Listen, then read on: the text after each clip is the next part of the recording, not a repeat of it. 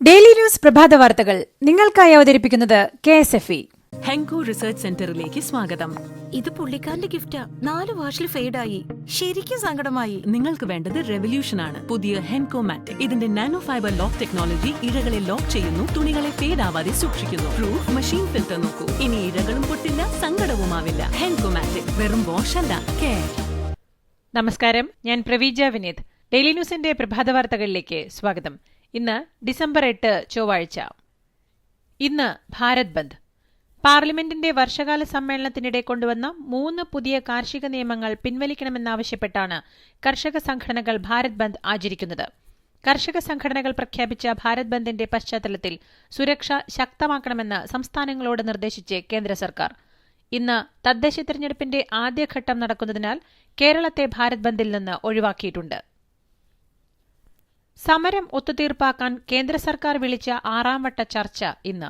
കർഷകരുടെ ആശങ്കകളിൽ നിയമ ഭേദഗതിയാവാമെന്ന് കേന്ദ്രം വാഗ്ദാനം ചെയ്തിട്ടുണ്ടെങ്കിലും 3 നിയമങ്ങളും പിൻവലിക്കണമെന്ന നിലപാടിൽ ഉറച്ചുനിൽക്കുകയാണ് സംഘടനകൾ.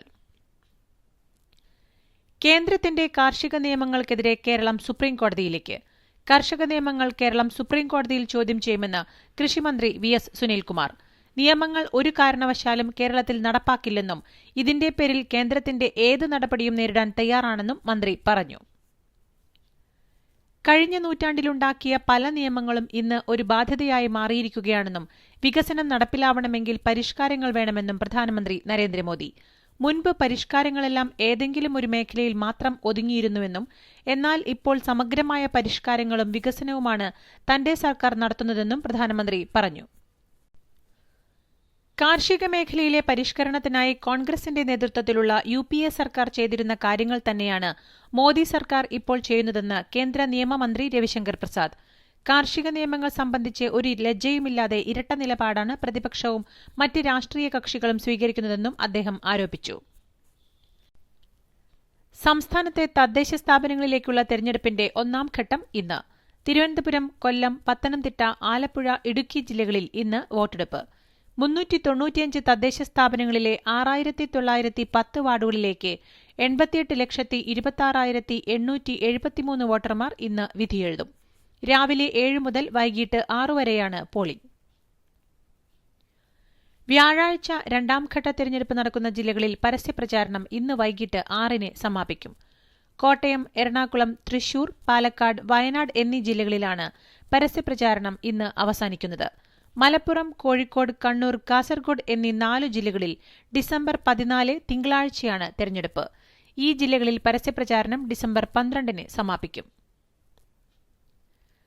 തദ്ദേശ സ്വയംഭരണ തെരഞ്ഞെടുപ്പിൽ LDF ചരിത്ര വിജയം നേടുമെന്ന് മുഖ്യമന്ത്രി പിണറായി വിജയൻ. LDF ഭരണത്തിൽ നടന്ന വികസന ക്ഷേമ പ്രവർത്തനങ്ങൾക്ക് അംഗീകാരം നൽകുന്ന ജനവികാരമാണ് നാട്ടിലുള്ളതെന്നും മുഖ്യമന്ത്രി.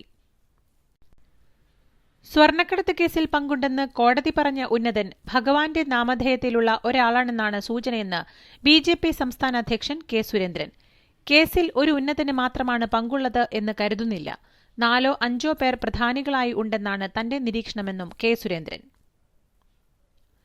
സംസ്ഥാനത്ത് കേന്ദ്ര ഏജൻസികൾ എത്തിയത് മുഖ്യമന്ത്രിയെ സഹായിക്കാനാണെന്ന് കേന്ദ്ര വിദേശകാര്യ സഹമന്ത്രി V. മുരളീധരൻ. മുഖ്യമന്ത്രിയാണ് കേന്ദ്ര ഏജൻസികളെ വിളിച്ചതെന്നും പക്ഷേ ഇപ്പോൾ ഇത് അംഗീകരിക്കാൻ മുഖ്യമന്ത്രി തയ്യാറാവുന്നില്ലെന്നും മുരളീധരൻ. അന്വേഷണം മുഖ്യമന്ത്രിയിലേക്ക് എത്തുമോ എന്ന് അദ്ദേഹത്തിന് മാത്രമേ അറിയൂവെന്നും മുരളീധരൻ. കേരളത്തിൽ ഇന്നലെ 33,758 സാമ്പിളുകൾ പരിശോധിച്ചതിൽ 3,272 പേർക്ക് COVID-19 സ്ഥിരീകരിച്ചു. കഴിഞ്ഞ ദിവസങ്ങളിലുണ്ടായ 23 മരണങ്ങളാണ് COVID-19 മൂലമാണെന്ന് സ്ഥിരീകരിച്ചത്. ഇതോടെ ആകെ മരണം 2,441. ഇന്നലെ രോഗം സ്ഥിരീകരിച്ചവരിൽ 49 പേർ സംസ്ഥാനത്തിന് പുറത്തുനിന്നും വന്നവരാണ്. 2,859 പേർക്ക് സമ്പർക്കത്തിലൂടെയാണ് രോഗം ബാധിച്ചത്. 328 പേരുടെ സമ്പർക്ക ഉറവിടം വ്യക്തമല്ല. 36 ആരോഗ്യപ്രവർത്തകർക്കാണ് രോഗം ബാധിച്ചത്. രോഗം സ്ഥിരീകരിച്ച് ചികിത്സയിലായിരുന്ന 4,705 പേരുടെ പരിശോധനാഫലം നെഗറ്റീവായി. ഇതോടെ 59,467 പേരാണ് രോഗം സ്ഥിരീകരിച്ച് ഇനി ചികിത്സയിലുള്ളത്. കോവിഡ് ബാധിച്ചവരുടെ ജില്ല തിരിച്ചുള്ള വിവരങ്ങൾ: മലപ്പുറം 541, കോഴിക്കോട് 383, തൃശൂർ 304, കൊല്ലം 292, ആലപ്പുഴ 287, എറണാകുളം 278, തിരുവനന്തപുരം 255, കോട്ടയം 202, പാലക്കാട് 202, കണ്ണൂർ 154, ഇടുക്കി 146, പത്തനംതിട്ട 121, വയനാട് 63, കാസർഗോഡ് 44. സംസ്ഥാനത്ത് ഇന്നലെ പുതിയ 3 ഹോട്ട്സ്പോട്ടുകൾ. ഒരു പ്രദേശത്തെ ഹോട്ട്സ്പോട്ടിൽ നിന്നും ഒഴിവാക്കി. ഇതോടെ സംസ്ഥാനത്ത് ആകെ 448 ഹോട്ട്സ്പോട്ടുകൾ. ഈ രാക്ഷസ കൊതുകുകൾ ഇതെപ്പോൾ എത്ര വരുമെന്ന് ആർക്കറിയാം? അതിനാൽ അവതരിപ്പിക്കുന്നു മാക്സോജീനിയസ് ഓട്ടോമാറ്റിക് മെഷീൻ. ഇത് കൊതുകുകൾ സാധാരണ വരാറുള്ള സമയമനുസരിച്ച് അറ്റാക്ക് അല്ലെങ്കിൽ പ്രൊട്ടക്ട് മോഡിൽ ഓട്ടോമാറ്റിക്കലി ഷിഫ്റ്റ് ആയിക്കൊണ്ടിരിക്കുന്നു. അതായത് ലിക്വിഡ് വേസ്റ്റ് ആകുന്നില്ല. ഇനി ഇടയ്ക്കിടയ്ക്ക് എഴുന്നേറ്റ് നോ മോഡ് ചേഞ്ച്. ഇന്ത്യ വിശ്രമിച്ചോളൂ. Maxo Genius automatic intelligent protection. Kollam മൺട്രോത്തുരുത്തിൽ CPM പ്രവർത്തകൻ മണിലാലിനെ കൊലപ്പെടുത്തിയ BJPക്കെതിരെ ശക്തമായ ജനവികാരം ഉയരണമെന്ന് CPI സംസ്ഥാന സെക്രട്ടേറിയറ്റ്. കൊലപാതക പരമ്പര നടത്തി പ്രകോപനം സൃഷ്ടിക്കാനുള്ള BJP കോൺഗ്രസ് ശ്രമത്തെ സംയമനത്തോടെ ജനങ്ങളെ അണിനിരത്തി പ്രതിരോധിക്കാൻ കഴിയണമെന്നും തെരഞ്ഞെടുപ്പ് സന്ദർഭത്തിൽ പോലും രാഷ്ട്രീയ എതിരാളികളെ കൊന്നൊടുക്കാനുള്ള ശ്രമം ജനാധിപത്യത്തോടുള്ള വെല്ലുവിളിയാണെന്നും പ്രസ്താവനയിൽ പറയുന്നു. MiG-29K വിമാനം തകർന്ന് കാണാതായ നാവികസേന പൈലറ്റ് കമാൻഡർ നിഷാന്ത് സിംഗിന്റെ മൃതദേഹം കണ്ടെത്തി. അപകടം നടന്ന് 11 ദിവസങ്ങൾക്ക് ശേഷമാണ് ഗോവയുടെ തീരത്തിന് സമീപം കടലിന്റെ അടിത്തട്ടിൽ നിന്ന് മൃതദേഹം കണ്ടെത്തിയത്. സൈനികർക്ക് നന്ദി പ്രകടിപ്പിക്കാനുള്ള സായുധസേനാ പതാകാ ദിനത്തിൽ പ്രധാനമന്ത്രി നരേന്ദ്രമോദിയെ സൈനികൻ ആദരിക്കുന്ന ചിത്രം പ്രധാനമന്ത്രി തന്നെ പങ്കുവച്ചതിനെ വിമർശിച്ച് കോൺഗ്രസ് നേതാവ് ശശി തരൂർ. കുറഞ്ഞത് ഈ ദിവസമെങ്കിലും സൈന്യത്തിലെ യഥാർത്ഥ ഹീറോകൾക്ക് ശ്രദ്ധ നൽകാമായിരുന്നുവെന്നാണ് പ്രധാനമന്ത്രിയുടെ പോസ്റ്റിന്റെ സ്ക്രീൻഷോട്ട് പങ്കുവച്ചുകൊണ്ട് ശശി തരൂർ കുറിച്ചത്. സായുധസേനാ പതാക ദിനത്തിൽ പ്രധാനമന്ത്രിയുടെ വസ്ത്രത്തിൽ സായുധസേനയുടെ പതാക ചേർത്തുവെക്കുന്ന ഒരു ചടങ്ങുണ്ടെന്ന് BJP നേതാവ് ശോഭാ സുരേന്ദ്രൻ. നെഹ്റു മുതൽ മൻമോഹൻ സിംഗ് വരെ അത് ചെയ്തിട്ടുണ്ടെന്നും അറിയാത്തതാണ് എങ്കിൽ ശശി തരൂർ അത് പഠിക്കണമെന്നും ശോഭാ സുരേന്ദ്രൻ. മഹാത്മാഗാന്ധിയുടെ ഘാതകർക്ക് മുന്നിൽ പശ്ചിമബംഗാൾ തലകുനിക്കില്ലെന്ന് പശ്ചിമബംഗാൾ മുഖ്യമന്ത്രി മമതാ ബാനർജി. BJPയുടെ ദുർഭരണം സഹിച്ച് മിണ്ടാതിരിക്കുന്നതിനേക്കാൾ ജയിലിൽ കഴിയാനാണ് താൻ ഇഷ്ടപ്പെടുന്നതെന്നും മമതാ ബാനർജി പറഞ്ഞു. നടി വിജയശാന്തി BJPയിൽ ചേർന്നു. ന്യൂഡൽഹിയിൽ നടന്ന ചടങ്ങിലാണ് വിജയശാന്തി BJP അംഗത്വം സ്വീകരിച്ചത്. അതേസമയം തെലങ്കാനയിലെ മുതിർന്ന കോൺഗ്രസ് നേതാവും ട്രഷററുമായ G. നാരായൺ റെഡ്ഡിയും പാർട്ടി വിട്ടിട്ടുണ്ട്. ഇദ്ദേഹവും BJPയിൽ ചേർന്നേക്കുമെന്നാണ് സൂചന. കുത്തിയിരിപ്പ് സമരം നടത്തിയ ഉത്തർപ്രദേശ് മുൻ മുഖ്യമന്ത്രി അഖിലേഷ് യാദവിനെ പോലീസ് കസ്റ്റഡിയിലെടുത്തു. കർഷക നിയമങ്ങൾക്കെതിരെ നടത്തുന്ന കിസാൻ യാത്രയ്ക്ക് മുന്നോടിയായി അദ്ദേഹത്തിന്റെ വീട്ടിലേക്കുള്ള റോഡ് പോലീസ് തടസ്സപ്പെടുത്തിയതിനെ തുടർന്നാണ് അഖിലേഷ് യാദവ് കുത്തിയിരിപ്പ് സമരം നടത്തിയത്. കർഷക പ്രക്ഷോഭത്തെ പിന്തുണച്ച് പുരസ്കാരങ്ങൾ തിരിച്ചു നൽകും എന്ന് പ്രസ്താവിച്ചവർക്കെതിരെ വിമർശനവുമായി മധ്യപ്രദേശ് കൃഷിമന്ത്രിയും BJP നേതാവുമായ കമൽ പട്ടേൽ. ദേശീയ പുരസ്കാരങ്ങൾ മടക്കി നൽകുന്നവർ ഭാരതമാതാവിനെ അപമാനിക്കുന്നവരും രാജ്യത്തെ ഭിന്നിപ്പിക്കാൻ ശ്രമിക്കുന്നവരുമാണ്. അവർ ദേശസ്നേഹികളല്ലെന്ന് കമൽ പട്ടേൽ. ഭീകരവാദത്തിനെതിരായ പോരാട്ടത്തിൽ മക്രോണിനെ പിന്തുണ അറിയിച്ച് പ്രധാനമന്ത്രി നരേന്ദ്രമോദി. ഫ്രാൻസിൽ നടന്ന ഭീകരവാദി ആക്രമണങ്ങളെ അപലപിച്ച പ്രധാനമന്ത്രി ഭീകരവാദത്തിനും തീവ്രവാദത്തിനും മൌലികവാദത്തിനും എതിരായ ഫ്രാൻസിന്റെ പോരാട്ടത്തിൽ ഇന്ത്യയുടെ എല്ലാ പിന്തുണയും അറിയിച്ചുവെന്ന് പ്രധാനമന്ത്രിയുടെ ഓഫീസ്. നീ ഇതുവരെ നിന്റെ ബാർ മാറ്റിയില്ലേ? HL പാത്രങ്ങളിൽ ബാക്ടീരിയ 19 മിനിറ്റിൽ 700% വളരുന്നു. പുതിയ ആന്റി ബാക്ടീരിയ എക്സോയിൽ ഇഞ്ചിയുണ്ട്. സൈക്ലോസാനിന്റെ പവറിനൊപ്പം ഇനി ഇഞ്ചിയുടെ ഗുണങ്ങളും. അതായത് ബാക്ടീരിയയുടെ മേൽ ഡബിൾ ആക്രമണം. Exo family, healthy family from Jyothy lab. ഫൈസറിനും സിറം ഇൻസ്റ്റിറ്റ്യൂട്ടിനും പിറകെ ഇന്ത്യയിൽ കോവിഡ് വാക്സിൻ ഉപയോഗത്തിന് അനുമതി തേടി ഭാരത് ബയോടെക്. 3ാം ഘട്ടം പരീക്ഷണം പുരോഗമിക്കുന്ന തങ്ങളുടെ കോവാക്സിൻ എന്ന കോവിഡ് പ്രതിരോധ വാക്സിൻ ഉപയോഗിക്കാനുള്ള അനുമതി തേടിയാണ് ഭാരത് ബയോടെക് DCGIയെ സമീപിച്ചിരിക്കുന്നത്.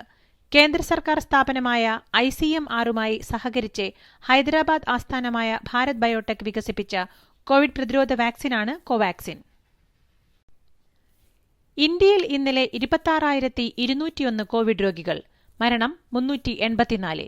ഇതോടെ ആകെ മരണം 1,40,994 ഇതുവരെ 97.03 ലക്ഷം പേർക്ക് രോഗം സ്ഥിരീകരിച്ചു. രാജ്യത്ത് നിലവിൽ 3.82 ലക്ഷം രോഗികൾ. 91.77 ലക്ഷം പേർ രോഗമുക്തി നേടി. മഹാരാഷ്ട്രയിൽ ഇന്നലെ 3075 കോവിഡ് രോഗികൾ. ഡൽഹിയിൽ 1674 പേർക്കും പശ്ചിമബംഗാളിൽ 2214 പേർക്കും കർണാടകയിൽ 998 പേർക്കും ആന്ധ്രയിൽ 316 പേർക്കും തമിഴ്നാട്ടിൽ 1312 പേർക്കും രോഗം സ്ഥിരീകരിച്ചു. ആഗോളതലത്തിൽ ഇന്നലെ 4,87,898 കോവിഡ് രോഗികൾ.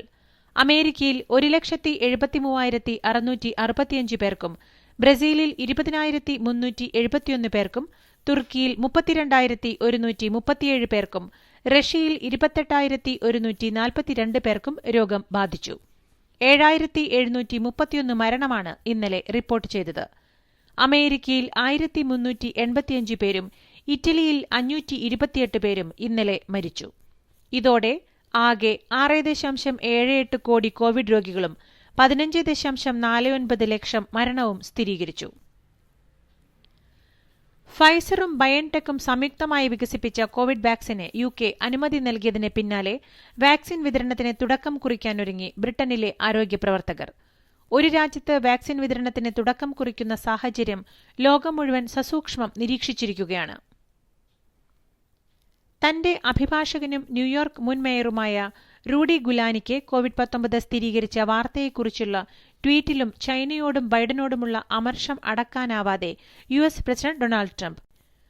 വൈറ്റ് ഹൌസുമായി അടുത്ത ബന്ധം പുലർത്തുന്ന ഗുലാനി എത്രയും വേഗം ചൈന വൈറസിൽ നിന്ന് മുക്തി നേടി രാജ്യം കണ്ട ഏറ്റവും അഴിമതി നിറഞ്ഞ തിരഞ്ഞെടുപ്പിനെതിരെ പോരാടാൻ സാധിക്കട്ടെയെന്നാണ് ട്രംപിന്റെ ട്വീറ്റ്.